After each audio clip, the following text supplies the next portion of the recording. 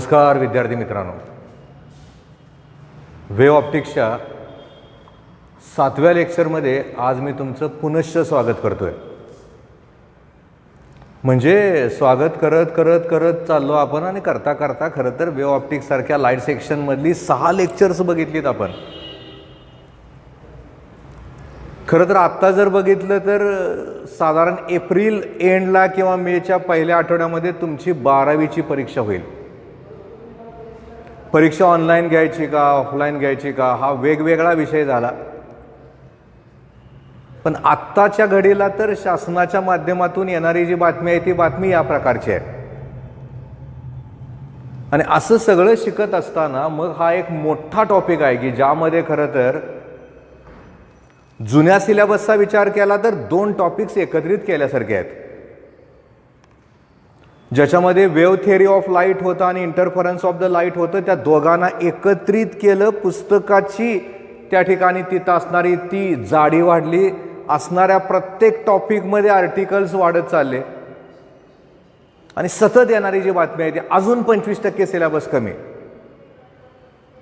मग नीटचं काय, जेईचं काय, सीईटीचं काय, एंट्रन्सचं काय, ह्याच्याविषयी कसली क्लॅरिटी नसल्यामुळं आपण काय करतोय, शक्यतो त्यातला जो डिलीटेड भाग आहे तो सुद्धा घ्यायचा प्रयत्न करतोय।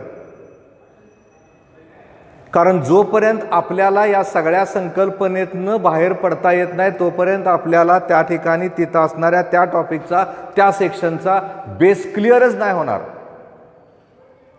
त्यामुळे इथं जर विचार करायचा झाला तर मग आपण काय केलं होतं, जे आर्टिकलचं नाव आता मी रिपीट केलं पण त्यातला पुढचा भाग आपण बघतोय। पहिल्यांदा काय केलं आपण, दोरीचा विचार केला आणि त्या ठिकाणी तिथं असणारी ती जी संकल्पना आहे पोलरायझेशनची ती आपण क्लिअर करून घेतली। तशी ती संकल्पना क्लिअर करत असताना मी तुम्हाला सांगितलं होतं की जर समजा एक दोरीचं टोक आहे ते भिंतीला बांधलंय आणि त्या ठिकाणी तिथं असणाऱ्या त्या टोकाचा विचार करता असणारा तो जो लाकडाचा भाग आहे त्याला मधी छेद दिले, त्याला जर्क दिलाय आपण, आणि ती जी लाट आहे ती जी वेव्ह आहे ती या पद्धतीनं तिथं असणाऱ्या त्या करस्पॉन्डिंग स्लीटमधनं पलीकडे जाते। स्लीट अशी केली, आता मात्र ती लाट तिथं अडकते। पण आपण काय विचार केला, मला कुठं लाईट साध्या असणाऱ्या वेव्हचा विचार करायचा आहे, मला लाईट वेव्हचा विचार करायचा आहे। मला जर त्या असणाऱ्या लाईट वेव्हचा विचार करायचा झाला तर मग मला त्या असणाऱ्या लाईट वेव्हचं करेक्ट नेचर जे आहे ते समजून घ्यावं लागेल, हे तुम्हाला मी त्यावेळेस सांगितलं। आणि तसं तिथं सांगितलं जात असताना मी तुम्हाला सांगितलं की इलेक्ट्रोमॅग्नेटिक ट्रान्सव्हर्स वेव्ह जी आहे ती लाईटची वेव्ह आहे। ज्या इलेक्ट्रोमॅग्नेटिक ट्रान्सव्हर्स वेव्हचा आपण विचार करतोय त्या ठिकाणी आपण काय विचार केला, ए लाइट वेव किंवा a wave in which electric field vector and magnetic field vector both are perpendicular to each other and perpendicular to the direction of propagation of the wave is called as electromagnetic transverse wave। या सगळ्या संकल्पनेला धरून पुढे जात असताना मग आपण जो विचार केला त्याच्यावरनं काही टर्मचा विचार आपल्याला इथं करावा लागेल। कसा तो बघूयात आपण। मग आता आज काय करायचं आपल्याला, याच्यामध्ये खरं तर अशा 2 टर्म्स येतात की ज्याचा उल्लेख आपल्याला परीक्षेमध्ये नक्की दिसतो। कुठल्या टर्म्स आहेत, एक जी टर्म आहे ती म्हणजे प्लेन ऑफ पोलरायझेशन आणि दुसरी जी टर्म आहे ती म्हणजे प्लेन ऑफ व्हायब्रेशन। या अशा असणाऱ्या संकल्पनेला इथं बघितलं जात असताना परत एकदा आपण असा विचार करूयात की आपल्याकडं या ठिकाणी इथं असणारा हा एक क्रिस्टल आहे, कारण आपल्याला काय करायचं आहे, लाईट वेव्हच्या करस्पॉन्डिंग त्या ठिकाणी तिथं असणारी ती जी लाईट आहे त्या लाईटला पोलराइज करायचं आहे। लाईटला पोलराइज करत असताना मी जर समजा त्या ठिकाणी तिथं असणारा तो जो लाईट आहे त्याला दाखवताना जर या पद्धतीनं दाखवलं तर तुम्ही नक्की मला सांगणार की सर हा जो लाईट आहे याच्यामध्ये असणारी जी व्हायब्रेशन्स आहेत, डॉटचा विचार केला तर ती जी व्हायब्रेशन्स आहेत ती असणाऱ्या प्लेनला परपेंडिक्युलर आहेत, आणि जर समजा आपण त्या ठिकाणी तिथं असणाऱ्या त्या बोर्डाचा विचार केला आणि ॲरोचा विचार केला तर तिथं असणारी ती जी व्हायब्रेशन्स आहेत ती व्हायब्रेशन असणाऱ्या प्लेनला पॅरलल आहेत. याचा अर्थ असा आहे, या सगळ्यांचा विचार जर आपण इथं केला तर नक्की आपल्याला असं सांगता येतं की या ठिकाणी तिथं असणारा तो जो लाईट आहे तो अनपोलराइज्ड आहे, तो ऑर्डिनरी लाईट आहे, याच्यामध्ये त्याचं पोलरायझेशन झालेलंच नाही. म्हणून ज्यावेळेस आपण त्या ठिकाणी तिथं असणारा तो जो लाईट आहे त्या अनपोलराइज्ड लाईटची व्याख्या करतो त्यावेळेस त्या ठिकाणचं वाक्य आपलं असं असतं, a light in which electric field vector is in all possible direction and which is perpendicular to the direction of propagation of the light is called as unpolarized light. ज्या लाईट मध्ये इलेक्ट्रिक फील्ड वेक्टरची vibration सगळ्या दिशेला आहेत आणि जी प्रपोगेशनच्या डायरेक्शनला perpendicular आहे अशी जी light आहे त्याला अनपोलराइज्ड लाईट या नावानं ओळखतात, किंवा ऑर्डिनरी लाईट किंवा साधा प्रकाश म्हणूयात आपण रेग्युलरचा. असा एखादा अनपोलराइज्ड लाईट ज्या वेळेस त्या ठिकाणी, म्हणजे याचा अर्थ असा झाला, मला इथं जर लिहायचं झालं तर मला नक्की हा जो लाईट आहे त्याला अनपोलराइज्ड लाईट या नावानं इंटरप्रिट करावं लागेल. मुळात खरं तर आपण विचार काय करतो, मला जर समजा लाईटला पोलराइज करायचा असेल तर ज्या कुठल्या क्रिस्टलचा वापर मला करायचा आहे, कदाचित त्या ठिकाणी तो कॅल्साइट क्रिस्टल असेल, कदाचित त्या ठिकाणी तो जो क्रिस्टल आहे तो टुर्मलाइन क्रिस्टल असेल, तो क्वार्ट्ज क्रिस्टल असेल.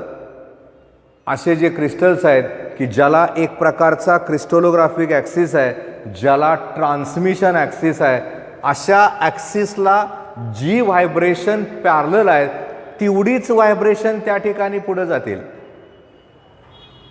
तसं जर जात असेल तर ज्या क्रिस्टलच्या माध्यमातून असं काही केलं जातं त्याला पोलरायझर या नावानं ओळखतात, त्याला म्हणतात पोलरायझर.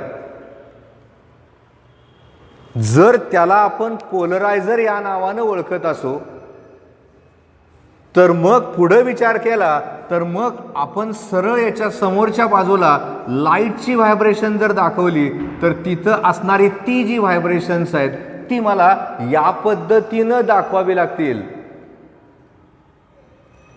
मुळात खरं तर त्यानं खरंच पोलराइज केलंय का ते जर मला चेक करायचं झालं तर त्या ठिकाणी तिथं असणारा तो जो क्रिस्टल आहे त्याला या मार्गामध्ये ठेवावा लागेल, आणि तसं जर त्याला ठेवलं की तिथं असणारा तो जो लाईट आहे तो पोलराइज्ड केला गेला का नाही हे जर चेक करायचं झालं तर हा जो दुसरा क्रिस्टल आहे त्याला ॲनालायझर या नावानं ओळखता येईल. आपल्याला खरं तर या असणाऱ्या प्लेनचा विचार करायचा आहे, आणि आपल्याला जर समजा त्या ठिकाणी तिथं असणाऱ्या त्या प्लेनचा विचार करायचा असेल, तसा विचार करत असताना मी काय करणार आहे, आता हा जो पुढचा भाग आहे ॲनालायझरचा त्याला तात्पुरतं बाजूला ठेवतो, आणि मी काय करतो तर या ठिकाणी इथं असणारा हा जो प्लेन आहे त्या प्लेनला मी दाखवतो. हा प्लेन मी आता या पद्धतीनं दाखवला. लक्षात ठेवायचं आहे, मी जर समजा त्याला नाव दिलं असेल ABCD, ते एक प्रतल झालं की ज्या प्रतलामध्ये ती व्हायब्रेशन्स आहेत लाईटची, इलेक्ट्रिक फील्डची. आपल्या डोळ्यावर फक्त इलेक्ट्रिक फील्ड वेक्टरचा परिणाम का होतो याचं उत्तर मी तुम्हाला दिलंय, कारण E/B = C असतं आणि E = C × B येतं. म्हणजे या सगळ्या संकल्पनेला धरून जर आपण त्या ठिकाणी तिथं असणारी ती संकल्पना जरा पुढे जाऊन विचार करायची झाली तर नक्की आपल्याला या ठिकाणी सांगता येतं, या असणाऱ्या प्रतलाचा विचार जर केला तर तिथं ती जी व्हायब्रेशन्स आहेत ती दिसत आहेत आपल्याला, त्याला प्लेन ऑफ व्हायब्रेशन या नावानं ओळखतात. एवढं नक्की लक्षात ठेवा. प्लेन ऑफ व्हायब्रेशन आणि प्लेन ऑफ पोलरायझेशनमध्ये बऱ्याच वेळा कन्फ्युजन होतं, कारण आपल्याला इथं विचार करत असताना आपलं वाक्य कसं असतं, a plane in which vibrations of electric field vector or plane in which vibrations of plane polarized light takes place is called as plane of vibration. ज्या कुठल्या प्रतलामध्ये त्या ठिकाणी तिथं असणारी ती जी व्हायब्रेशन्स आहेत ती व्हायब्रेशन तिथं प्रेझेंट असतात, त्या करस्पॉन्डिंग असणाऱ्या लाईटची व्हायब्रेशन जिथं प्रेझेंट असतात त्याला ज्या कुठल्या नावानं ओळखतात ते जे नाव आहे त्याला म्हणतात प्लेन ऑफ व्हायब्रेशन. म्हणजे आपल्याला जर डेफिनेशनचा विचार करून त्याच्या दोन टर्म्स विचारात घ्यायच्या झाल्या तर त्यातली पहिली जी टर्म आहे त्याला प्लेन ऑफ व्हायब्रेशन या नावानं ओळखता येईल आणि यातली दुसरी जी टर्म आहे त्याला ज्या कुठल्या नावानं ओळखायचं झालं तर ती जी टर्म आहे त्याला म्हणतात प्लेन ऑफ पोलरायझेशन. म्हणजे डायग्रॅमचा विचार करायचा झाला तर तिथं असणारी ती जी डायग्रॅम आहे ज्याच्यामध्ये ABCD लिहिलंय, हा जो प्लेन आहे हे जे प्रतल आहे त्याला प्लेन ऑफ व्हायब्रेशन या नावानं ओळखतात. आणि मी आता काय करतोय बघा, याला बरोबर या पद्धतीनं अजून एक प्रतल काढतो आणि त्या ठिकाणी तिथं असणारं ते जे प्रतल आहे त्याला नाव देऊन टाकतो PQR आणि S. मी जर समजा त्या ठिकाणी तिथं असणारं ते जे प्रतल आहे त्याला PQRS या नावानं इंटरप्रिट केलं तर तिथं लक्षात ठेवायचं आहे या ठिकाणी असणारं जे प्रतल आहे PQRS त्याला ज्या नावानं ओळखतात त्याला म्हणतात प्लेन ऑफ पोलरायझेशन. म्हणजे मला जर समजा त्या ठिकाणी तिथं असणारं ते जे वाक्य आहे ते वाक्य डेफिनेशनच्या स्वरूपात लिहायचं झालं आणि तसं वाक्य जर त्या ठिकाणी विचारलं डिफाईन प्लेन ऑफ पोलरायझेशन तर मला ते वाक्य तिथं लिहिलं जात असताना मला ते वाक्य असं लिहावं लागेल, a plane which is perpendicular to the plane of vibration and where vibrations of light or polarized light or plane polarized light does not takes place is called as plane of polarization. ज्या कुठल्या प्रतलाचा वापर करत असताना तिथं असणारं ते जे प्रतल आहे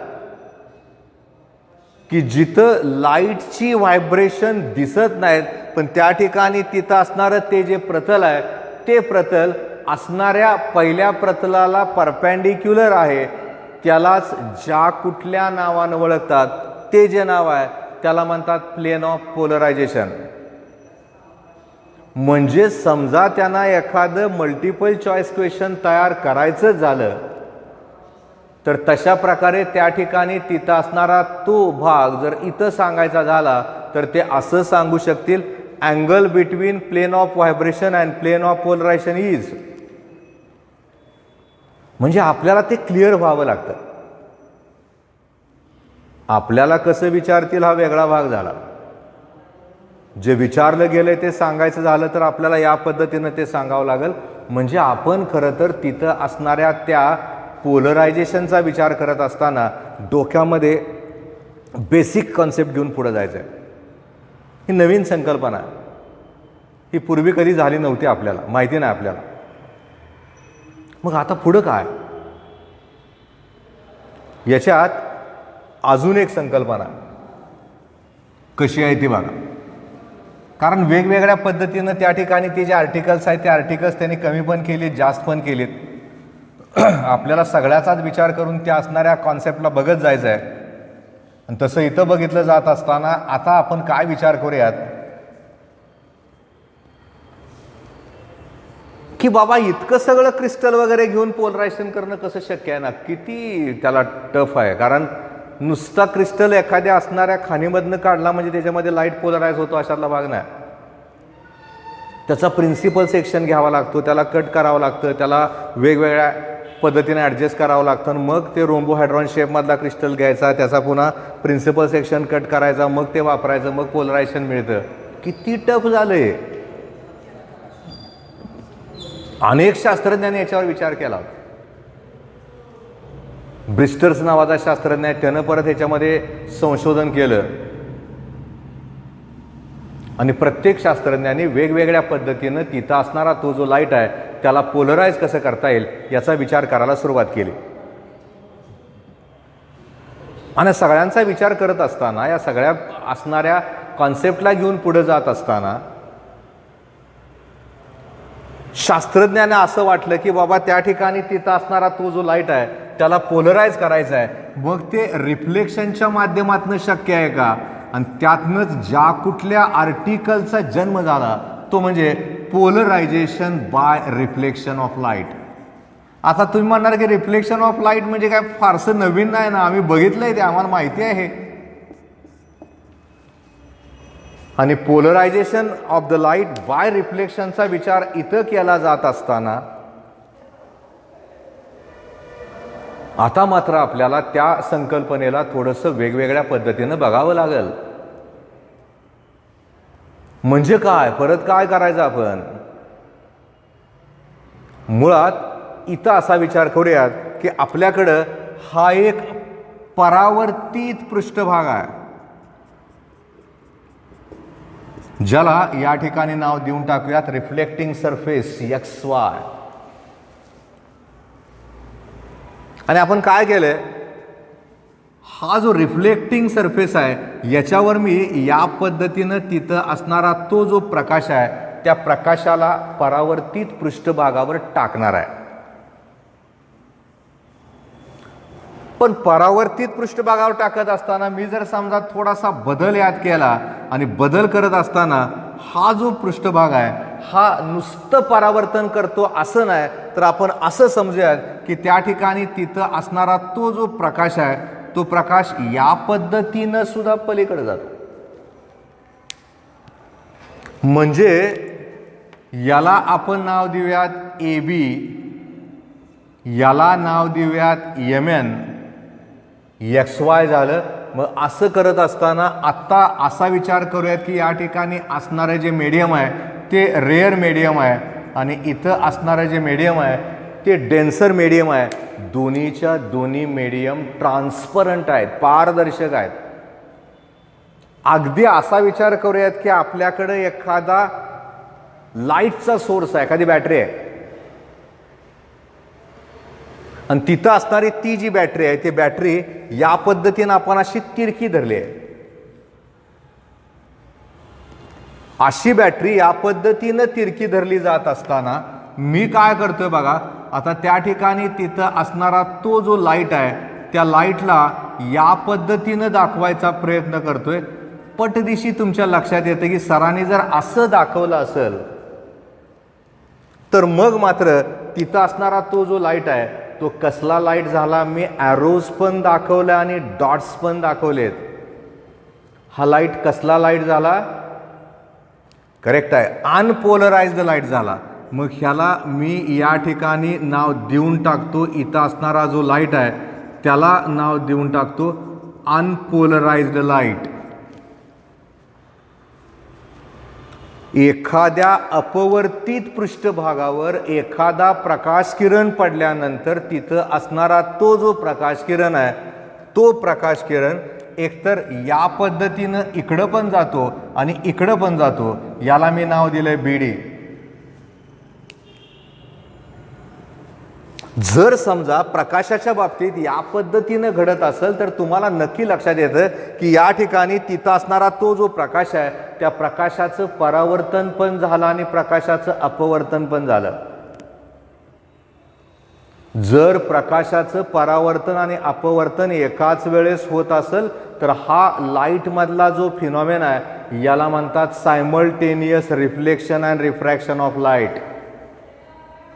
एकाच वेळेस प्रकाश परावर्तित पण झाला आणि एकाच वेळेस प्रकाश अपवर्तित पण झाला.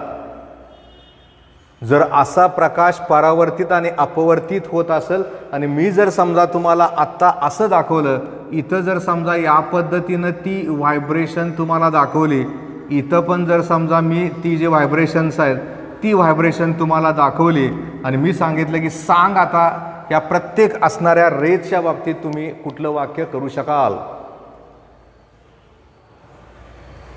तुम्ही काय म्हणणार, हा अनपोलराइज लाईट आहे, हा झाला इन्सिडंट रे. जर बीडीचा विचार केला तर तो माझा रिफ्लेक्टेड रे झाला, तो पण अनपोलराइज्ड झाला कारण तिथं पण डॉट्स पण आहेत आणि ॲरोज पण आहेत. या रेजचा विचार केला तर हा माझा रिफ्रॅक्टेड रे झाला, इथं डॉट्स पण आहेत ॲरोज पण आहेत, हा सुद्धा अनपोलराइज्ड लाईट झाला. म्हणजे आत्ता या घडीला या इन्स्टंटला यातला कुठलाही रे पोलराइज्ड दिसत नाही, झालेला नाही. हे दिसतंय की आपल्याला, आपण नक्की सांगू शकतो. मग काय हा एवढा अट्टाहास का? आपण जर समजा इथं हा प्रकाश किरण असा धरलाय आणि ह्याचा एक अँगल मी इथं दाखवतो, नक्की लक्षात येतं तुम्हाला आय. कुठला अँगल झाला हा? हा अँगल ऑफ इन्सिडन्स झाला. इन्सिडंट रे आणि नॉर्मल मधला जो कोन आहे त्याला अँगल ऑफ इन्सिडन्स या नावाने ओळखतात. हा माझा अँगल ऑफ इन्सिडन्स झाला. आणि ए बीचा विचार केला तर त्या ठिकाणी तिथं असणारा तो जो रे ऑफ लाईट आहे तो माझा अनपोलराइज्ड झाला. मी जर समजा या ठिकाणी तिथं असणारा तो अँगल ऑफ इन्सिडन्स जो आहे तो बदलतोय, बदलता बदलता माझ्या लक्षात असं येतं की अरे हा जो रिफ्रॅक्टेड रे आणि रिफ्लेक्टेड रेज आहेत याच्यामधला रिफ्लेक्टेड रे आहे, एका असणाऱ्या अँगल ऑफ इन्सिडन्सला या ठिकाणी मला जी व्हायब्रेशन या असणाऱ्या प्रतलाला पॅरलल आहेत, या प्रतलाला पॅरलल आहेत, ती जादा रिफ्लेक्टेड आहेत आणि या असणाऱ्या प्रतलाला जी परपेंडिक्युलर आहेत ती कमी रिफ्लेक्टेड आहेत. म्हणजे ती रिफ्लेक्टेड एका स्टेजला तर असं झालं एवढीच पुढे गेली, कारण डॉट्सचा अर्थ काय आहे, ती व्हायब्रेशन त्या असणाऱ्या प्लेनला पॅरलल आहेत. कारण माझं प्रतल या पद्धतीने आहे, तिथं असणारी ती जी व्हायब्रेशन्स आहेत ती व्हायब्रेशन्स अशी आहेत. जर त्या ठिकाणी आपण डॉट्सचा विचार केला तर तिथं असणारी ती जी व्हायब्रेशन्स आहेत ती व्हायब्रेशन या प्रतलाला पॅरलल आहेत, तेवढीच व्हायब्रेशन जादा रिफ्लेक्टेड झाली. हिथं मात्र तसंच राहिलं. म्हणजे आता डोक्यात आपण ठेवायचं की या ठिकाणी तिथं असणाऱ्या त्या ट्रान्सपरंट मीडियमवर प्रकाश किरण टाकत असताना तो जर अनपोलराइज्ड असेल तर एका ठराविक अँगलला हा रिफ्लेक्टेड बीम ऑफ लाईट जो असतो तो त्या ठिकाणी विचार करत असताना तो आता पोलराइज्ड झाला. ज्या कुठल्या अँगलला त्या ठिकाणी तिथं असणारा तो जो लाईट आहे तो या पद्धतीनं पोलराइज्ड होतो, तो जो अँगल आहे त्या अँगलला ज्या कुठल्या नावानं ओळखतात ते जे नाव आहे त्याला म्हणतात पोलरायझिंग अँगल. याला शास्त्रज्ञाच्या नावानं पण ओळखलं जातं. एक शास्त्रज्ञ आहे ब्रिस्टर, तिथं असणारा तो जो अँगल आहे त्याला ब्रिस्टर्स अँगल या सुद्धा नावानं ओळखतात. म्हणजे आपण इथं विचार करत असताना हा जो अँगल आहे तो अँगल आपला पोलरायझिंग अँगल झाला, किंवा त्या ठिकाणी तिथं असणारा तो जो अँगल आहे तो झाला ब्रिस्टर्स अँगल. डिफाईन करायला लागतं त्याला. Angle of incidence of an unpolarised light, angle of incidence of an unpolarized light for which reflected beam of light from the transparent medium is completely plane polarized is called as polarizing angle or Brister's angle. Angle of incidence of an unpolarized light for which reflected beam of light is completely plane polarized is called as Brister's angle or polarizing angle. आणि झटक्यात इथं अजून एक गोष्ट लक्षात ठेवायची, कायमची लक्षात ठेवायची. पोलरायझिंग अँगलच्या वेळेस हा अँगल हा नेहमी 90 डिग्री असतो. ज्या वेळेस रिफ्लेक्टेड बीम ऑफ लाईट हा कम्प्लिटली प्लेन पोलराइज्ड होतो त्यावेळेस त्या ठिकाणी तिथं असणारा रिफ्लेक्टेड बीम आणि रिफ्रॅक्टेड बीम याच्यामधला जो अँगल आहे तो अँगल 90 डिग्री होतो. हे डोक्यात ठेवावं लागेल. म्हणजे एक वाक्य आपण लक्षात ठेवलं पोलरायझिंग अँगलचं, angle of incidence of an unpolarized light for which the reflected beam of light is completely plane polarized is called as polarizing angle or Brister's angle.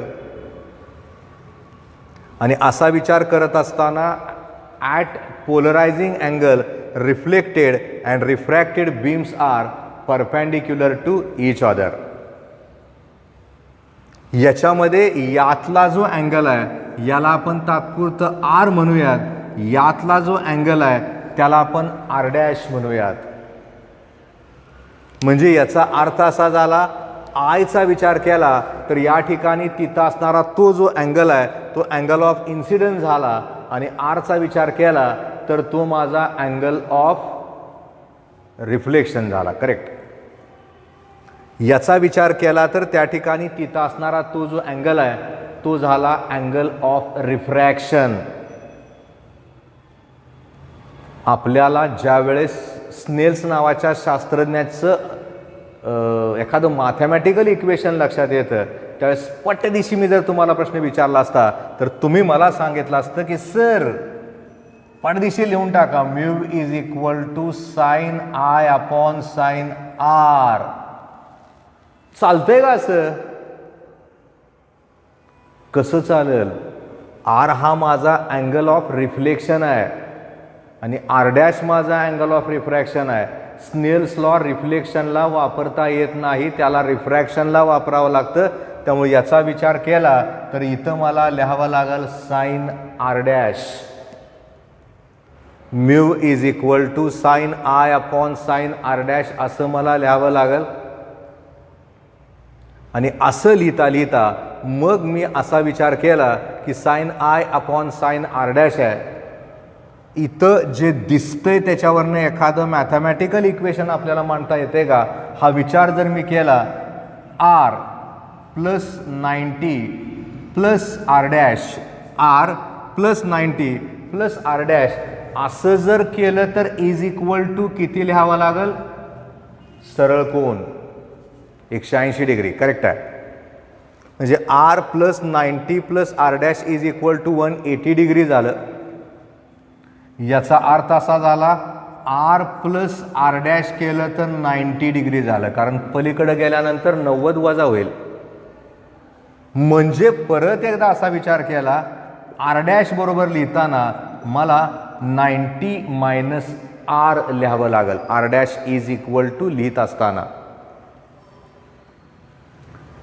ही संकल्पना मला इथं वापरायची आणि ती वापरत असताना म्यू इज इक्वल टू इथं लिहिलं मी साइन आर, आर डॅशच्या ठिकाणी साइन ऑफ 90 मायनस आर लिहिलं.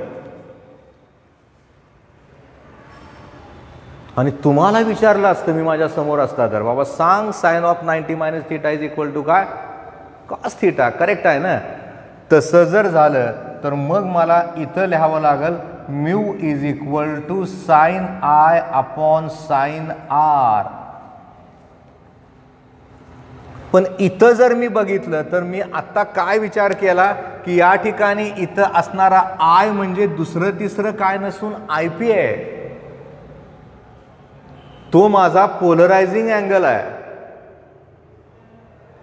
जर आय माझा पोलरायझिंग अँगल असेल आणि मला या असणाऱ्या संकल्पनेला आता अजून एका पद्धतीनं बघायचं झालं तर म्यू इज इक्वल टू, इथं जर मी लिहिलं sine I P upon sine R, कारण ज्या कुठल्या अँगल ऑफ इन्सिडन्सला रिफ्लेक्टेड बीम ऑफ लाईट हा कम्प्लिटली पोलराइज्ड होतो त्याला म्हणतात पोलरायझिंग अँगल. सरळच आहे ना. त्याला जर आपण पोलरायझिंग अँगल म्हणत असू तर mu is equal to sine I P upon sine r आलं.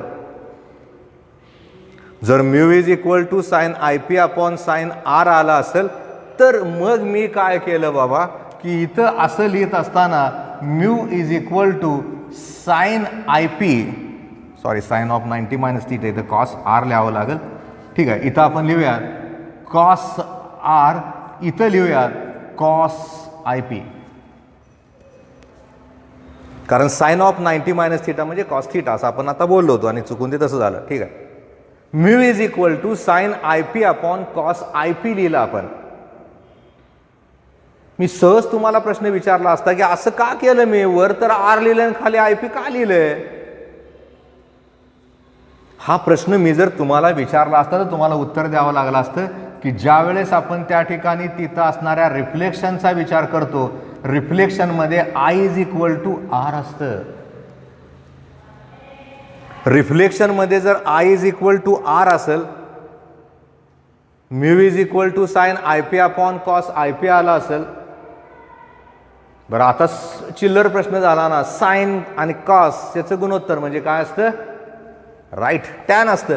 आणि तसं जर असेल तर मला इथं लिहावं लागेल mu is equal to tan i p. इतकं सोपं आहे बघा. म्हणजे आपण काय केलं बघा, reflection of light by polarisation करता करता तिथंच एक मॅथमॅटिकल रिलेशन प्रूव्ह करून दिलं. मुळात अशा प्रकारचं रिलेशन इथं प्रूव्ह करत असताना याला काय म्हणतात, याचा विचार केला तर याला म्हणतात ब्रिस्टर्स लॉ. म्हणजे आपण या असणाऱ्या टॉपिक मधल्या पहिल्या भागाचा विचार आता करतोय. अजून दुसरा भाग म्हणजे पूर्वीचा दुसरा टॉपिकच आहे, तो वेगळाच आहे. अजून त्यातलं वेगळं शिकत जायचं आहे. दोघांना कंबाईन केले आपण ते बघणारच आहे. त्याचे व्हिडिओज तुम्हाला नक्की मिळणार आहेत. त्यामुळे इथं जर बघितलं तर त्या ठिकाणी तिथं असणारा तो जो रिफ्रॅक्टिव्ह इंडेक्स आहे, म्यू म्हणजे काय आहे, रिफ्रॅक्टिव्ह इंडेक्स आहे ना, करेक्ट आहे. आय पी म्हणजे काय आहे, पोलरायझिंग अँगल आहे.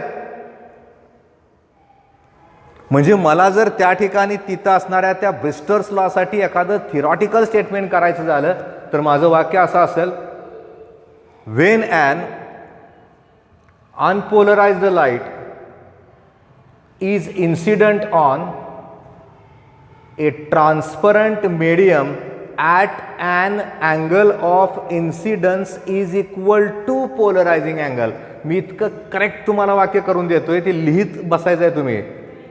when an unpolarized light is incident on a transparent medium at an angle of incidence is equal to polarizing angle, then मग काय झालं, refractive index of transparent medium is equal to tangent of the polarising angle. सगळ्यात महत्वाचं काय आहे, ह्याची गणितं तुम्हाला येणार आहेत. 100% सीईटीला, नीटला, जेईला दिसतातच. त्यात ही संकल्पना सगळ्यात महत्वाची आहे. अनपोलराइज्ड लाईट म्हणजे काय ते कळावं लागतं आणि त्याच्यावरनं ती जी उत्तर आहे ती उत्तर आपल्याला लिहावी लागतात. मी वाक्य रिपीट करतोय, वाक्य नीट ऐका, अजून एकदा कळेल तुम्हाला. when an unpolarized light is incident on a transparent medium at an angle of incidence is equal to polarizing angle, then refractive index of the transparent medium is equal to tangent of the polarizing angle. Mu is equal to tan IP. म्हणजे आजचा विचार केला तर या 40 मिनिटाच्या आपल्याला लेक्चरमध्ये अनेक संकल्पना आपण क्लिअर करत गेलो. वेगवेगळ्या पद्धतीने आपण त्या ठिकाणी तिथं असणाऱ्या त्या संकल्पना बघत गेलो. आणि बघता बघता खरं तर या असणाऱ्या आता एक मोठी संकल्पना याच्यामध्ये लगेचच येते, त्याचा विचार आपण नंतरच्या असणाऱ्या लेक्चरमध्ये करतो आहे. आज मात्र आपण या असणाऱ्या वे ऑप्टिक्सच्या 7व्या लेक्चरला इथंच थांबतो आहे. याच्यानंतरचं ज्यावेळेस 8वं लेक्चर असेल त्या 8व्या लेक्चरमध्ये यातल्या वेगवेगळ्या कॉन्सेप्ट घेऊन आपण परत जातो आहे. मोठा टॉपिक आहे, अनेक लेक्चर्स होणार आहेत, हळूहळू बघूयात, येत जाणार आहे. सिलेबस कमी होईल, परीक्षा सोपी होईल, पेपर सोपे असतील, त्यामुळं फक्त चांगलं करा, मार्क मिळतील. कोरोना तर कमी झाला आहे, होत जायला अजूनसुद्धा कमी होईल, काय काळजी करू नका. शाळा सुरू झाल्या असतील तर शाळेत पण जावा, कॉलेज सुरू असतील तर कॉलेजमध्ये या पद्धतीनं तुम्ही पुढं चाला. त्यामुळं आज या असणाऱ्या इथल्या कॉन्सेप्टला, या असणाऱ्या आर्टिकलला आपण इथंच थांबतोय. वे ऑप्टिक्ससाठी इथंच थांबतोय. वे ऑप्टिक्सच्या 8व्या भागामध्ये याच्यामधली जी पुढची नवीन आर्टिकल्स आहेत त्यांना आपण सुरुवात करतोय. आज इथंच थांबतोय. धन्यवाद.